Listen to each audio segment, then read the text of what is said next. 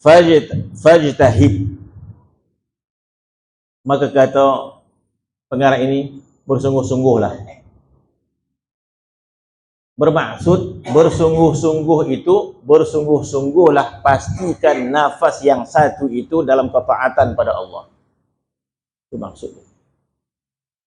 Maka bersungguh-sungguhlah, fajtahid. Mana? Bersungguh-sungguhlah kehidupan yang kamu miliki itu berada dalam taat. Sebab itu yang kita miliki.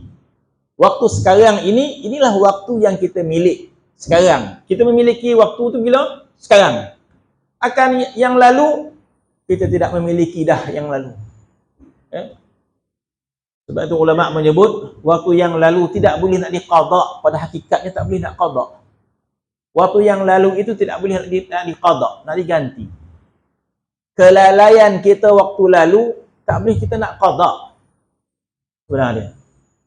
Sebab kalau kita qada, kalau waktu yang lalu, kita lalai daripada Allah, kita nak qada bila? Oh, kita nak qada sekarang lah, kita kata. Tak boleh nak qada sekarang. Sebab waktu sekarang, hak dia waktu itu. Sekarang ni hak dia waktu ini, untuk taat kepada Allah, agar tidak lalai daripada Allah. Jadi kalau waktu sekarang ini kita ingat kepada Allah Subhanahu Wa Taala, ya silakan. Tapi waktu yang lalu, tak boleh nak qada. Sebab kalau kita kata waktu sekarang ini kita ingat Allah untuk qada waktu yang sebelum ini, habis waktu sekarang kalau kita qada yang lalu, waktu sekarang ni macam mana pula? Tak boleh nak qada. Sebab itu ulama menyebut, dah waktu yang lalu kekal lalu, sehingga Nabi SAW menyebut hadis dia, kita tidak faham. Kita tidak faham kerugian waktu yang lalu, kita tak faham. Kita tidak memahaminya. Allah Subhanahu Wa Taala berikan kita faham makna waktu yang lalu. Dalam hadis Nabi SAW menyebut, tidaklah penghuni syurga berada dalam syurga. Kita dah masuk syurga pun, jadi apa lagi kita nak bimbang? Tak. Allah Subhanahu Wa Taala memberikan kita satu kefahaman. Yaitu waktu-waktu yang berlalu di dunia tidak taat pada Allah, bahkan tidak mengingati Allah. Tak ingat Allah. Bagi kita tak ingat Allah tu biasalah, kita kata. Dalam sembahyang pun kita tak ingat Allah Taala. Ada kita poning kepala seminggu. Sebab apa? Dalam solat tadi tak khusyuk. Ada kita risau? Tak ada risau. Tak ada duit, risaulah. Ada kita risau, salat maghrib tadi tak khusyuk. Tak ada risau. Yang risau, malam ni mana nak makan kan? Risau. Sebab kita tidak diberikan faham dan tak mau nak faham, maka kita tak faham makna kerugian itu apa maksudnya. Bukan Nabi SAW menyebut, Allah Subhanahu Wa Taala berikan kita kepahaman di akhirat nanti, kerugian kita. Allah Subhanahu Wa Taala sebut dalam surah Wal Asri, wal asr innal insana lafi khusrin. Wal asr innal insana lafi khusr. Allah Taala yang sebut, kita tak nak mengaku, pokok di situlah. Kita tak rasa rugi pun. Kita tak ada rugi. Kita dah tak rugi. Pension masuk tiap bulan pun risau. Tapi Allah Ta'ala sebut, wal asr, demi masa. Allah Ta'ala bersumpah dengan masa yang kita tak faham di dunia ini. Maksud masa yang habis begitu saja. Sedangkan Allah Ta'ala menyebut innal insana lafi khusr. Manusia berada dalam kerugian. Masalah ni kita tak rasa kita rugi. Sebab kita berada dalam dunia yang kita tidak sedar. Ada riwayat mengatakan manusia itu tidur. Kita berkata tak sedar hakikat hidup ini. Wa idza matu intabahu. Bila mati baru kita sedar. Apa maksud riwayat itu? An-nasu niyam. Manusia ni tidur, Nabi kata. Wa idza matu intabahu. Bila dia mati baru sadar. Apa maksud? Saya sadar. Sekarang ni. Apa maksud? Sedar. Mana? Sedar kita nilai waktu dunia ini. Maka Nabi sebut dalam hadis, tidak adalah sesuatu yang manusia rasa menyesal. Rugi dia menyesal kan? Kan bila rugi dia menyesal. Allah, rugi betul lah. Bila kita sebut rugi, ada menyesal lah. Ish, rugi betul lah. Kok datang tadi, dapat makan. Oh, dia tak datang, tak rasa makan. Oh, kosan sadap lauk ni. Ya. Dia rugi, rugi tak datang. Dia rugi ni disertai dengan menyesal. Kan? Rugi betul tak bali, kita kata. Apa pula? Murah. Minggu ni dia jual lah. Mana?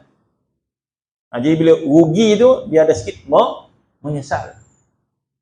Jadi, Allah Ta'ala menyebut, Innal insana lafi khus. Manusia berada dalam kerugian.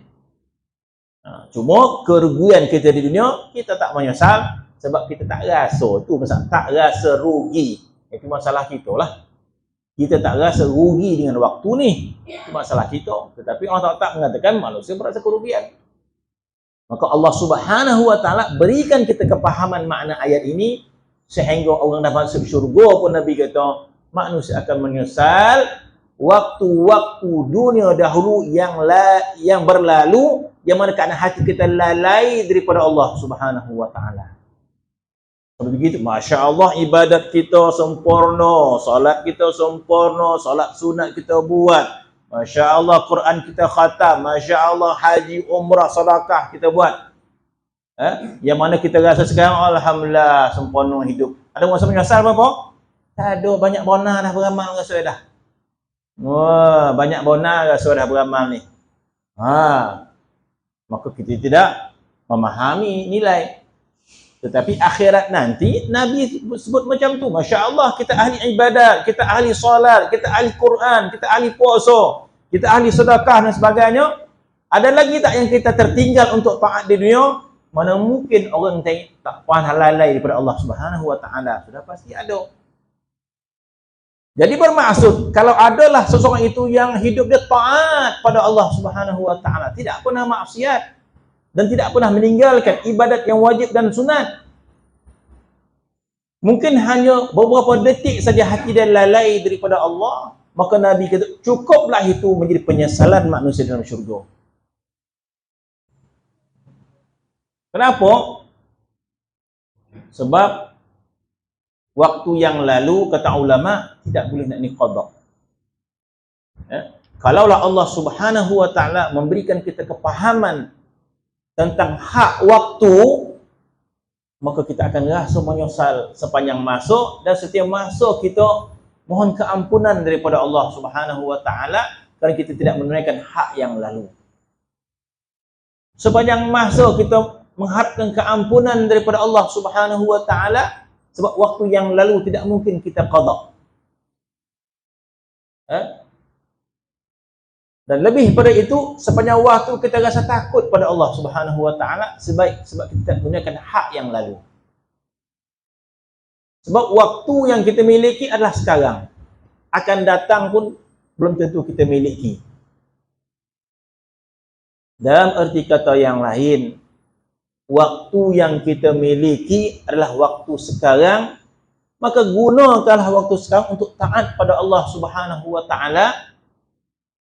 Tidak ada gunanya kita meratapi waktu yang lalu, tak akan kembali. Dan tidak ada guna sekali kita berazam, sok gilah. Tak beramal ke? Sok gilah. Sebab besok pagi bukan milik kita, betul tu lagi. Yang lalu, dah berlalu. Tak boleh kita nak tarik balik. Yang kita miliki sekarang. Jadi kalau yang miliki sekarang lah kita nak buat. Sekarang ni kita nak berada di mana? Sekarang kita berada di masjid. Sekarang apa? Sekarang kita ingat Allah Subhanahu Wa Ta'ala sekarang ni. Sekarang ni lah waktu kita. Jadi kehidupan kita adalah sekarang. Bermaksud kehidupan kita pada nafas kita yang satu ini.